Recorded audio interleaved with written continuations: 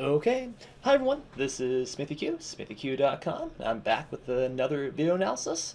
This one is for an online chess friend, Toucan Chess, who has only been playing chess for a little bit, just over a year, I believe. And he's doing quite well. We got a game here. In many ways, this will be similar to a game I analyzed, I believe, 2 weeks ago, in which we have a promising middle game position. We're up material. We then trade into an endgame, but things become hard and it's not clear how to go forward, and we're not sure why. Because we're up a pawn, we got a good position, but the endgame is very tough. So hopefully we can learn something from that. As a side note, I'd like to mention that I'm still, if you want me to analyze a game, now is the perfect time. Until approximately March, I'm too busy to play chess during the week, but I would still like to analyze games, so long story short, send me a game either in the comments or on my blog, SmithyQ.com, or at chess.com, and I'll analyze a game for you. So, with that out of the way, let's jump in. Toucan, our hero, he was white. Start off d4. I'm not sure what the elo range is for this. It wasn't included in the game, and it was played offline, to the best of my knowledge. As we see, it's a King's Indian, which is probably my worst opening. Anyway, let's go here. And this is actually the first interesting choice, where we play bishop g5. And there's nothing really wrong with bishop g5. We just back up. I mean, like, where do we develop this bishop? In the King's Indian, in this type of structure, there's really only two spots that make sense. It's either bishop e3 or bishop g5. And they both have pros and cons, and really, the whole idea is about the move h6. Usually we want to try and provoke h6 so we can take advantage of it later. Now, in some lines of the King's Indian, black wants to play h6, in some lines he doesn't. And I'm not a connoisseur enough to tell you the difference. But I will show you one interesting line, where instead of playing bishop g5, there's something known as the Auerbach system, where we play bishop e2 first, castle, bishop g5, and the whole idea is to provoke h6. So that way, okay, then we move back. So it looks like we've lost a tempo, but the whole idea, if you look at some standard King's Indian moves, is to play king d2, with the attack on the pawn, forcing king h7. And then from here, there's a whole bunch of interesting ideas that white can try, but perhaps the most well-known, the most famous, are lines with g4, in which, okay, it looks like white's just going to go gung-ho on the enemy king.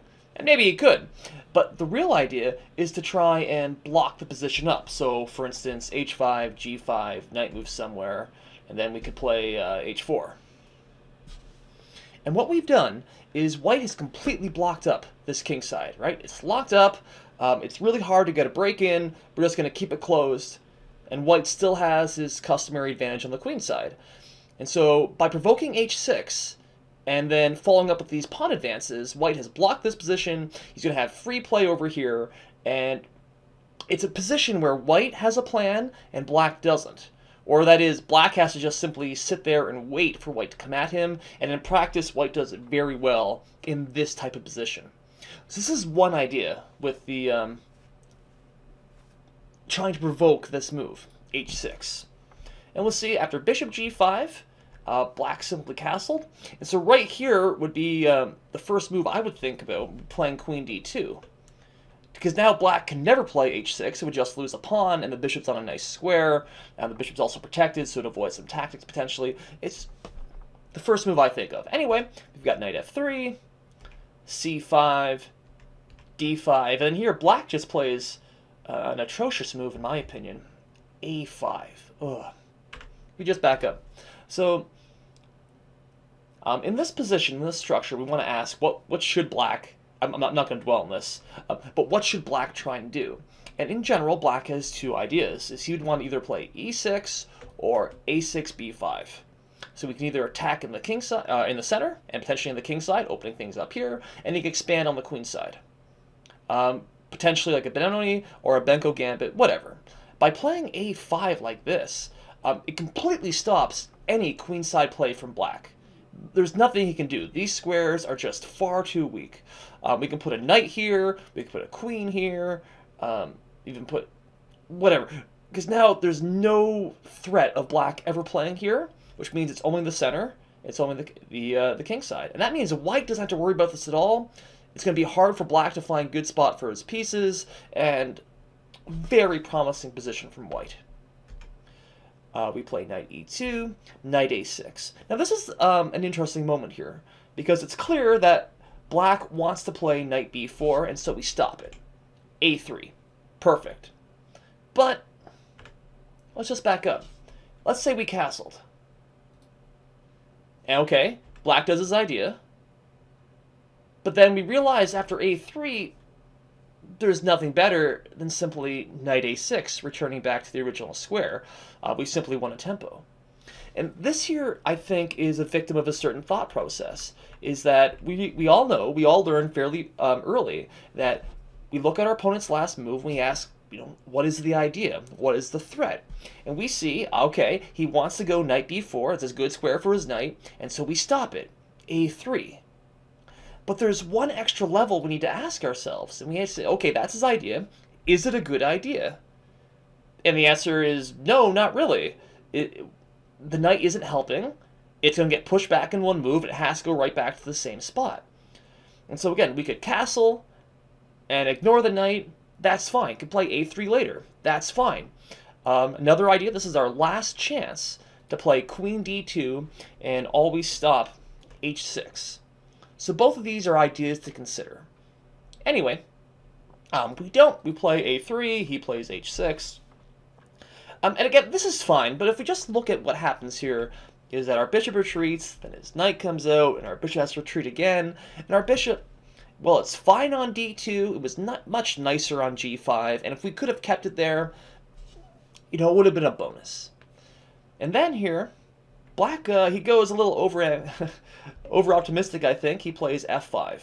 And Toucan, he does everything he should, right? He plays like the next 10 moves near perfect. He exchanges, pushes the knight back, makes perfect sense. Knight h4, the bishop can't move, or g6 drops. So, okay, he brings his knight in. Again, black is very optimistic, so we have take, take, take, take. Queen c2 attacking the pawn. Queen takes e4. Let's look at one more move. Queen f7. So for that whole sequence, white has done absolutely fantastic. And we reach this position. And so the first thing we need to realize is that, of course, black has this threat. He's threatening queen takes f2. We could just castle, though, and that's not really a threat. Looking more generally, we can see how white is just... Well, he's up a pawn, so that's great. But he's got a dream position. We can see that black's king... it's missing pawns. That's not good. The position is open. After something like bishop d3, we've got this queen battery. We could either keep our queen here, potentially threatening checkmate here. The only way to really stop that would be to move the bishop, but then this pawn might hang. We can also move the queen over here, where we're teaming up with our pieces to attack h6. This looks really tough. This looks potentially devastating. This bishop could also slide over here, where we exchange his best defender. Very good idea. And then lastly, we can move our rook, say something like this, over, and again, taking advantage of the exposed position. There's no pawns in front of the enemy king. This knight is completely out of play, isn't doing anything. Black has no octave. Black has no active plans. White has a fantastic middle game position.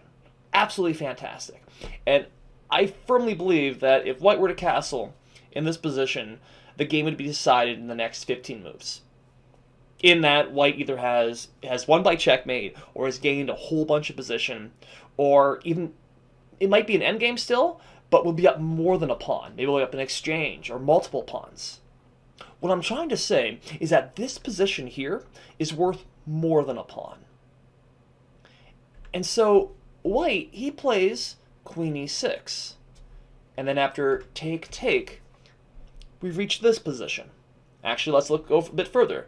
Knight c7, and then we play bishop g4 to try and defend our pawn, because it'd be pretty unfortunate to trade into an endgame and then all of a sudden lose our pawn. And what I want to look at here in this position is, let's say black plays perhaps what I consider the best plan, maybe the most obvious plan. He now plays b5. Let's just look at this. Take, take. And this is the real position I want to look at.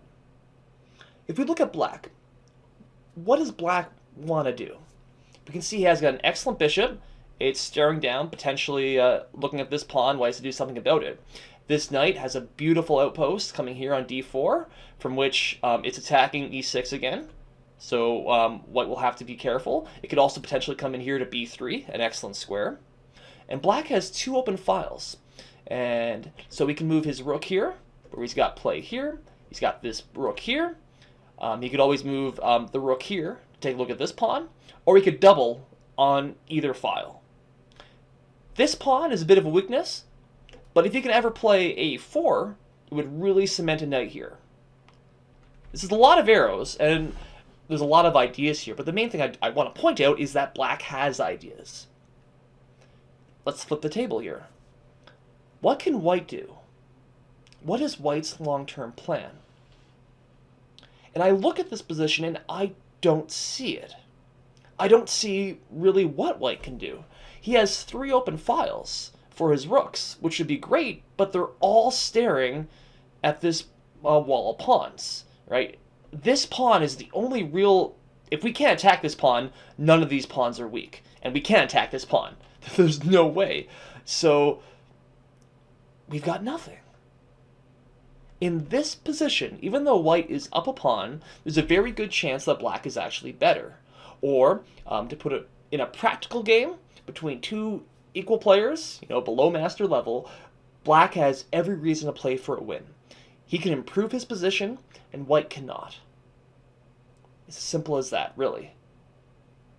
Had black played like this, I think, again, there's a very good chance he starts outplaying white. It's easier for white to make a mistake because white doesn't have a real plan to follow.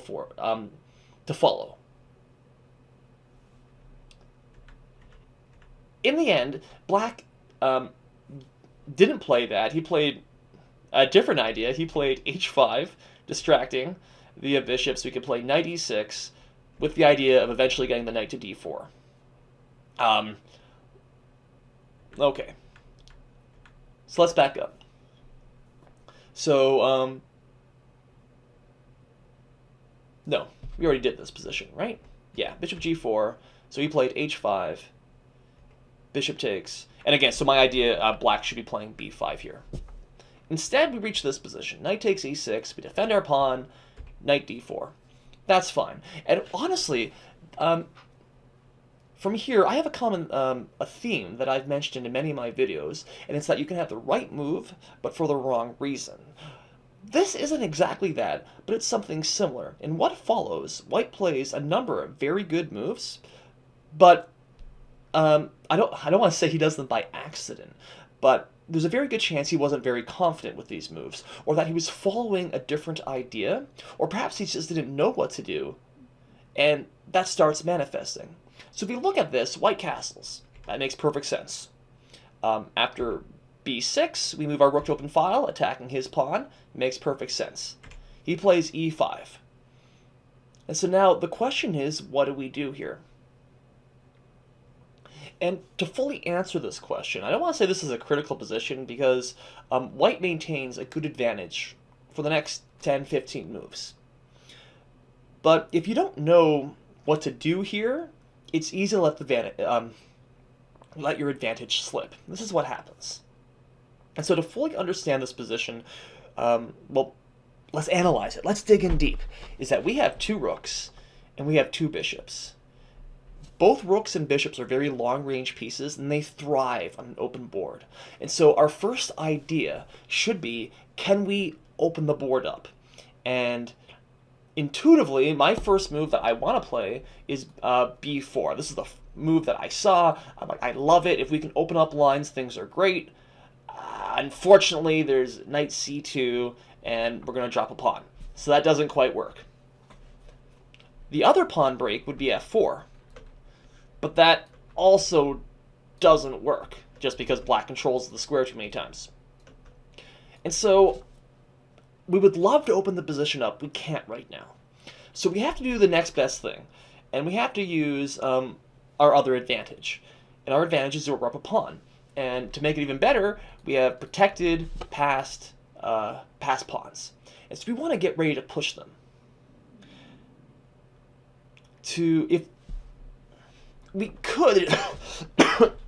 Excuse me. Canadian winters, gotta love them, eh? We could just start pushing our pawns now, but our bishop's kind of in the way. And so the best idea here is to probably play something like this.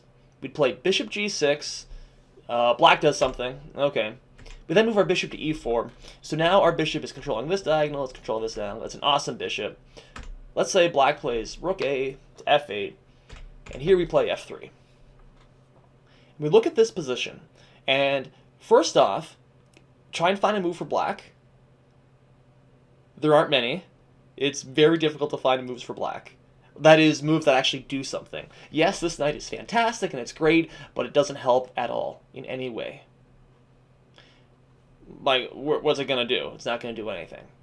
And so what we need to do now is we're going to slowly improve our pieces. We're going to do something like king h2. We can play, g4 and h4. We're going to start advancing these pawns. We can move the rooks over here, or we can double them. Or if black gets careless, we can start advancing over here as well.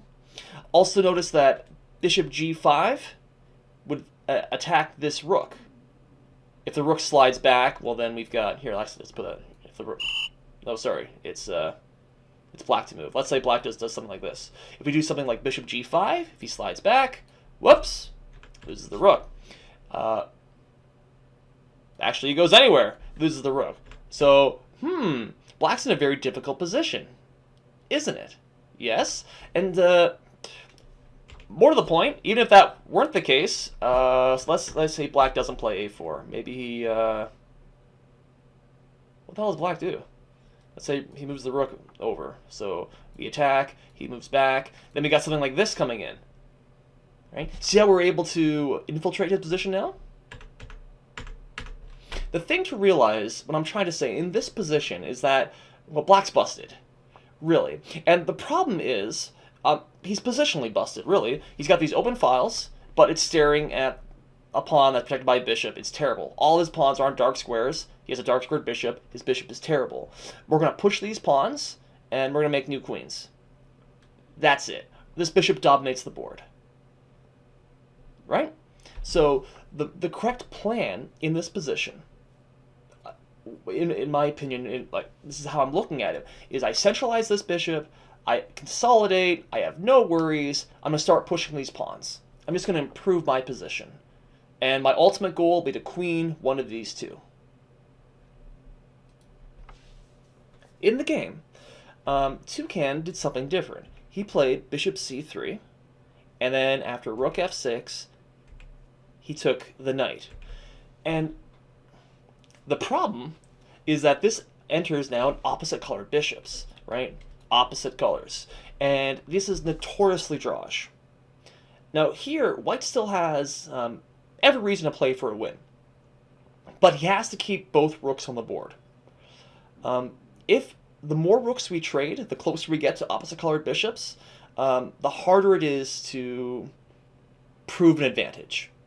And there's actually one of the weaknesses that, yes, all these pawns are on dark squares, but if we don't have a dark squared bishop, we can't actually attack it. Our bishop just it's like a ghost. It just flies around. If we go back to that bishop g5 line we looked at a second ago, where was it? Right here, where the rook has to move and the bishop comes in here, it's going to pick up all the pawns, and things are terrible for black. He could probably just resign at this point. Without that bishop, there's nothing for us to attack. This is what happens. We then play bishop f3, rook a f8, and then we play rook d1. And we had to be careful here because there's this idea of take, take, take, in which black gives up the exchange, but after, say, king g2, rook b3, we're really tied down. Again, we have open files, but they're staring at bad pawns. We have to defend this pawn. He's already got one pawn, or I guess he won back one of the pawns, right? But if we lose this pawn, things are in trouble. Not an easy position. I think the computer still likes the position for white, but practically this could be tough, really tough. Imagine this bishop locks in at f4. That's a really powerful bishop, and again, it's very practically this can be a tough position to win. I'm not really digging white's position. And if this is the best we had, I don't know. Anyway, black didn't go for that. And so he played bishop h6 instead. Our bishop comes out with d5. We play rook e2, bishop g5, rook d3. So we're just moving our pieces around. Black does something silly. Bishop h4, so we can play g3, h4. And this is perfect. See how we're advancing our pawns? This is exactly what we want. And so we can play king h2. We can prepare g4, which is actually potentially threatening a fork with g5. We don't have to rush this. That's going to be our long-term plan. We get our pawns on dark squares, push them forward, and good things will happen. And then here was the first real move that shows that white isn't really confident. Because I still think white is winning in this position up till here. I mean, it's not as easy as it could have been, but I think technically white's up a pawn, 2 connected pass pawns, great bishop. That's my sense. Then white plays rook b3, which by itself, you know, it's a move. It forces rook b8, but it doesn't do anything else. And it looks like it's a move in which I don't know what to do, so I'll just make a threat.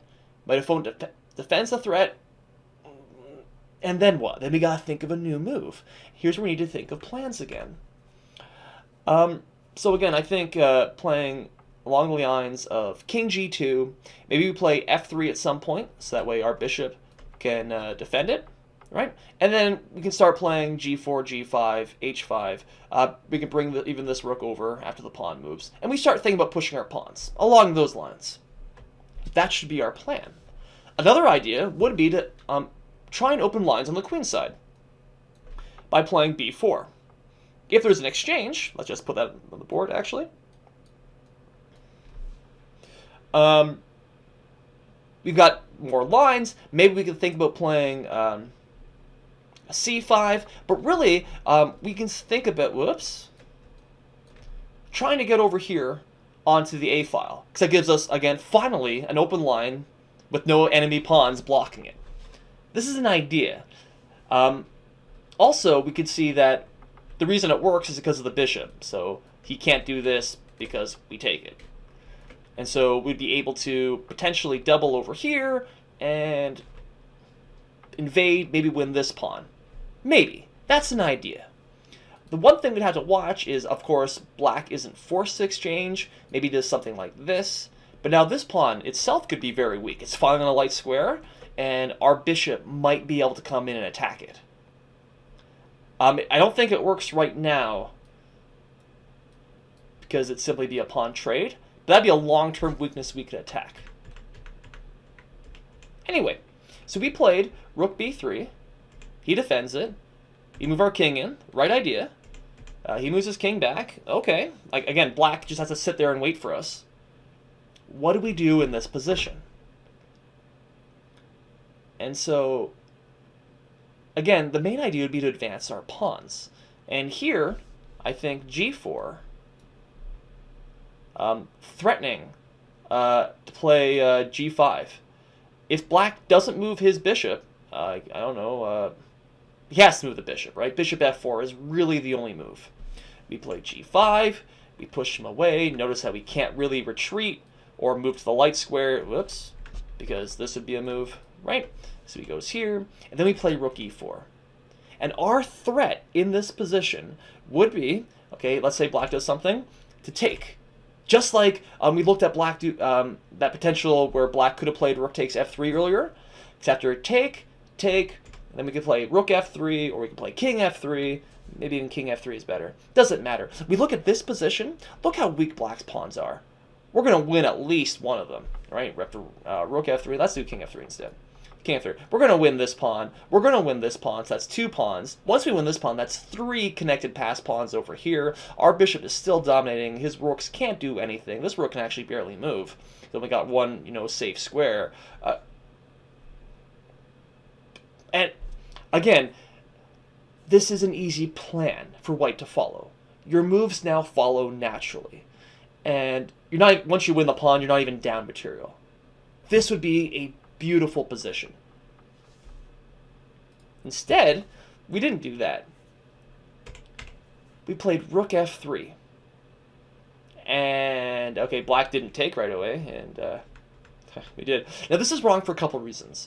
One, specifically, I mean, black could have just taken the rook, and then after take, he could play d3.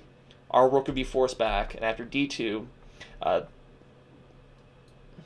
this pawn is always protected by the bishop. The rook can never move off the first rank.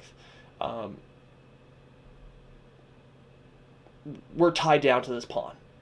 And that's this looks like a very... I think black's got to draw instantly, right here.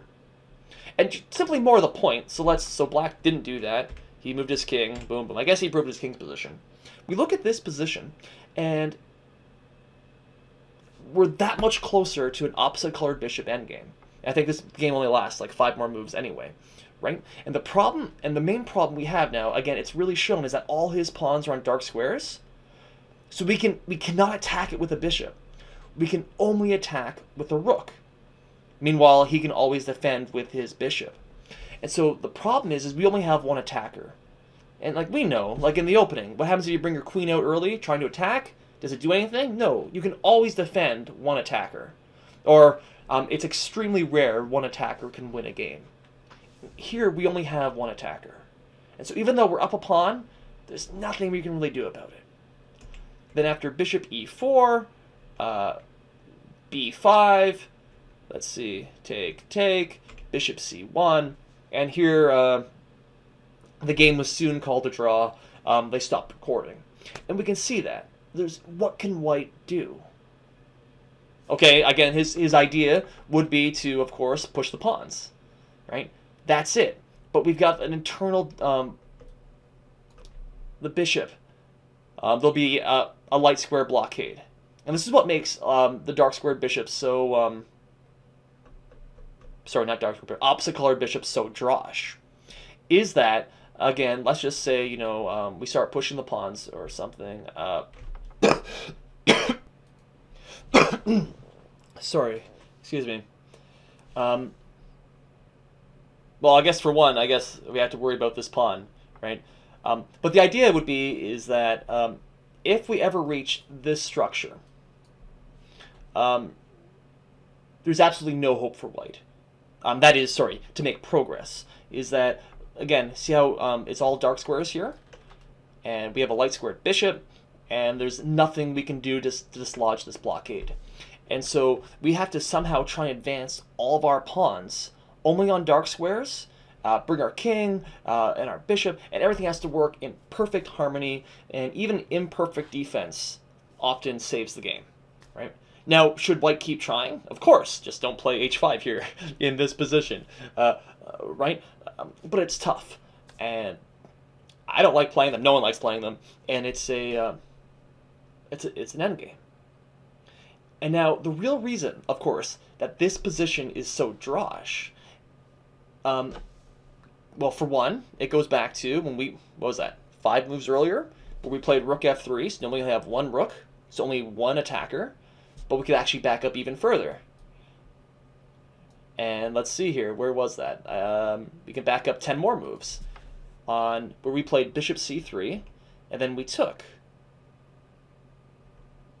And so then we were left with opposite colored bishops. So there's, that's the problem right there in a nutshell. Is that, yes, we saw his knight and we wanted to get rid of it, and we saw that his knight was covering a lot of squares, and it does, but we also need to take one step back and realize there's actually no threats, right? Almost, again, from the very beginning of the game, is, okay, yes, his knight can do lots of things, and it goes to lots of squares, and it's really annoying, but what is the actual threat? Anywhere it goes, we can easily react. And then we can think about going over our own plan. Which, again, if we could have gotten that bishop over here to g5, and then eventually into e7 there, right into the heart of black's position, I mean, that'd be game over right there. And then this itself, we could even trace back even further, of course, to our decision. We had all these potential arrows here for the attack, and we exchanged into the endgame. And so the initial thought process right here in this position is, again, I do this, and lots of people do it, because we think we're up material, let's trade queens to kill counterplay, so that way we have an easy endgame. Right? That's great. But the second thing to realize, of course, is that just being up a pawn isn't enough. We look at, or isn't the only thing in chess, right? I look at this position and I think, holy crap, there's a lot of attacking ideas I have. Right? Now again, I'm about as a positional player as they get, right? It's like, I love positional play. But I look at this position, I'm thinking, okay, I want to attack. Screw positional play, let's attack. Okay? And so these decisions started compounding on themselves. We went from a good attacking position into an endgame, which could have been, again, had black played b5 into this position, really unpleasant, actually, even though we're up a pawn. It didn't happen, right? And so then we reach this position, in which we're still doing okay. And if we can find a good role for this bishop, it would be even better than okay. But then we exchange it off, and we get into the opposite colored bishops. Right? And so we can see how our advantage just gets smaller and smaller. And it may even that this position is still completely winning for white. It may be, you know, when they solve chess, they'll figure this out. But practically, it's a lot harder. And then when we traded rooks here for the last time, it became very difficult. And then eventually, I suppose it was just a draw. And so it wasn't so much that individual moves were wrong, though they were. It was really... practically, we put ourselves in harder and harder positions. Okay, so I hope that helps. If there's one takeaway I could take away from this game and the other game, is that, again, we don't need to automatically exchange into endgames. Right? And that's that. If there's any other takeaways, I can't think of it off the top of my head. If I do think of it, I will... in my post-editing, I'll put a blurb in right here for the main takeaways. Other than that, I think that's it. So a little bit over half an hour. Maybe that was too long. I apologize. But again, I'm SmithyQ, SmithyQ.com. If you found that helpful, great, awesome. Comment, like, subscribe. All that would be fantastic. Anything you think I can do to improve, again, I'm always open to criticism, both positive and negative, so leave that there. Until March, you have a game will be analyzed. I'll do that. It'll probably take half an hour, judging by past precedent. So that's that. Otherwise, there we go. So thanks for watching, everyone. Thanks for listening. Bye for now.